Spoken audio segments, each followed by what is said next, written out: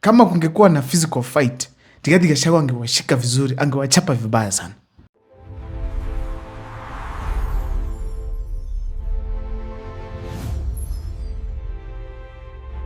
There are people here who have seriously angered Rigathi Gachagua. Seriously. Like, kama kungekuwa na physical fight, Rigathi Gachagua angewashika vizuri, angewachapa vibaya sana. There are people here, and I want to give them to you today. But before I do so, please subscribe. Yes. Ladies and gentlemen. Number 1 in my list, it is Kindiki. Alafu mtu mwingine anakuja hapa na Kiingereza ya bure na Kiswahili, alafu anasema sijui tamu ngapi. Sio, ni uongo. Waende wasiende. Waende wasiende. Wapotee. Waende. Before I give you mine, what do you think makes Kindiki to be an enemy of Gachagua? But first of all, according to me, Kindiki is not a friend of Gachagua simply because of one simple thing. He took the job that belonged to Rigathi Gachagua.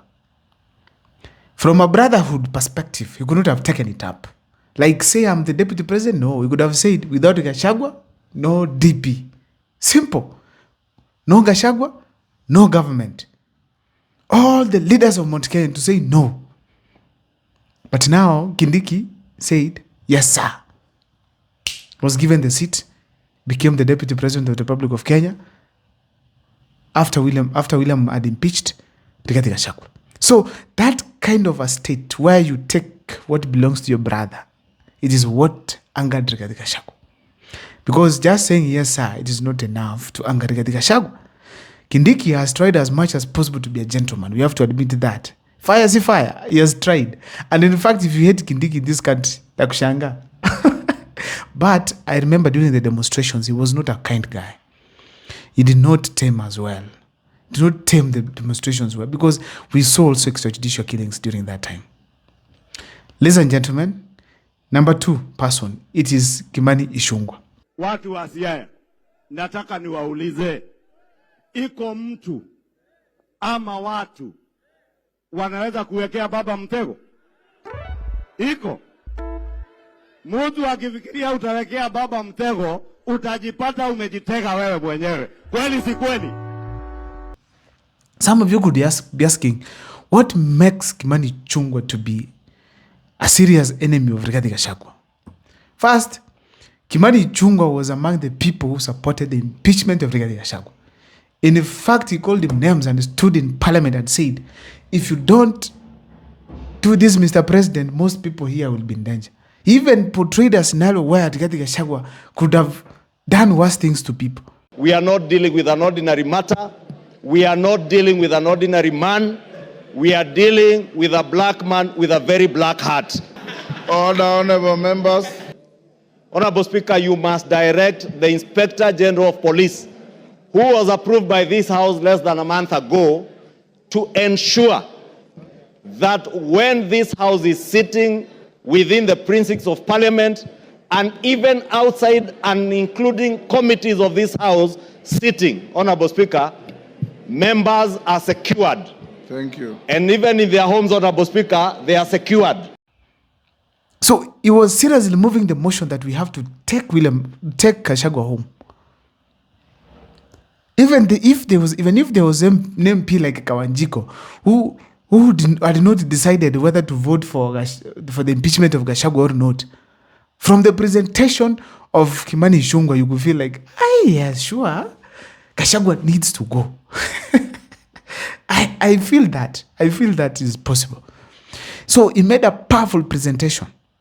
He called him names. So this is another person who seriously angers Rigathi Gachagua. Apart from that, everything that Rigathi Gachagua wants to do, like now uniting Mount Kenya, Kimani Ichung'wah seems to be the person who should come to disrupt the plan. Gachagua talks of, let's unite the mountain. Don't divide us in terms of counties. Ichung'wah comes on and says, and tells us that we want Kiambu to be a region of its own. Then, the rest of Mount Kenya to remain separate. Things that Rigathi Gachagua has been saying no to. Then Gachagua is pushing for DCP party. Then Kimani Ichung'wah is pushing for what we call UDA. That antagonism between the two parties, it is what is making Rigathi Gachagua to seriously get angered when he sees Ichung'wah speak. Number 3 person, all the MPs that impeached Rigathi Gachagua, all of them, exclusion of Ichung'wah at this point. Rigathi Gachagua is angered because some of the MPs, most of the MPs in Mount Kenya, Rigathi Gachagua participated in their campaigns. Even governors.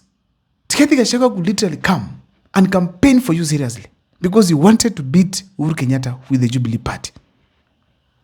In fact, there's an MCA, thinking of Badera. Rigathi Gachagua literally picked him up and campaigned for him. But now the same MP now, is against Rigathi Gachagua. How on earth can't you get angered by such kind of a person? Anakukasirisha. You sit down and imagine, I went and I held the mic. Nikasimama juu ya gari. Sometimes nikatumia mafuta yangu. Nikapigia huyu mtu campaign. Sasa ameshinda. Wakati wa kunitetea mimi akanitupa. I usually hold the organic show and I get very many comments from the organic show. And people from the organic show, one of them once said that even if I'm given money as well, pia minta impeach Gachagua. Yes, money can work. But if those guys, if there's any of them who was not given money, the 25 million as it's being said, and impeached Rigathi Gachagua, then there's a reason for Rigathi Gachagua to be annoyed. Another person who keeps on hurting Rigathi Gachagua, it is Ngunjiri Wambugu. Wah! Ngunjiri Wambugu is one guy who has been blessed to be on TikTok. And it doesn't look to be too old. But this guy, he claims in opposition, but every time he wakes up, he is analyzing the mistakes of Rigathi Gachagua and not William Ruto. So you will think, is Gachagua the government or it is William Ruto the government? So he keeps on attacking Rigathi Gachagua day by day. Then he goes to the Jubilee NDC as a leader.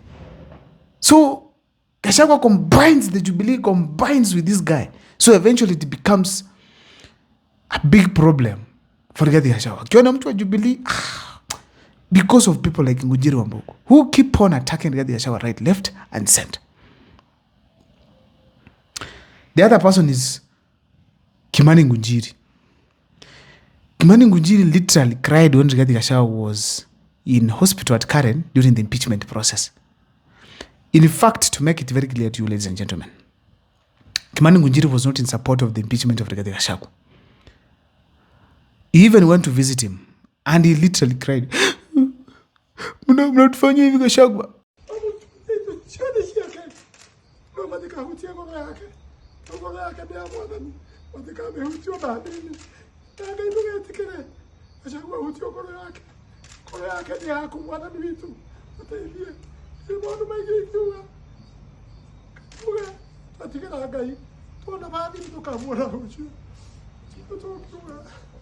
And Ghafla Binifu is now hitting Rigathi Gachagua right and center. Mimi nimekuwa mtu husika na mtu wa karibu sana kwa Gachagua sana. Wakati anaingia, mimi ndio nilikuwa mtu ya kwanza kuwa naenda kumtetea deputy president. Na mimi namjua sana. Na mimi naona watu wanarukaruka hata wale wamjui. Na mimi naona watu wanarukaruka wale wanampiga, walikuwa wanampiga sana. Naona siku hiyo akiwa kwa serikali wamerudi kwake kwa sababu ya ukabila na waweza kuchagua area ile inaonekana ni ya kabila hilo. That is the fact. And let me tell you, Gachagua is a very bad inciter. He's the one telling Kenyans how Rigathi Gachagua was pretending to be in the hospital. He's now telling Kenyans how Rigathi Gachagua is not a good man. He's now telling Kenyans how it is risky to have Rigathi Gachagua. The other person is Jeremiah Kioni. Jeremiah Kioni feels like Rigathi Gachagua has taken what is not theirs. What is not his, let me say that.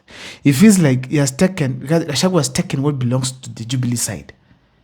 The mountain electorate, which is now subscribing to the DCP, it's appearing that it was now for Jubilee. But yet, Jubilee slept until Rigathi Gachagua was impeached. In fact, Jubilee slept Gachagua while in government, He got impeached. During the entire impeachment, they slept. Even after the impeachment, they slept. Now, Gachagua saw the chance and took it up.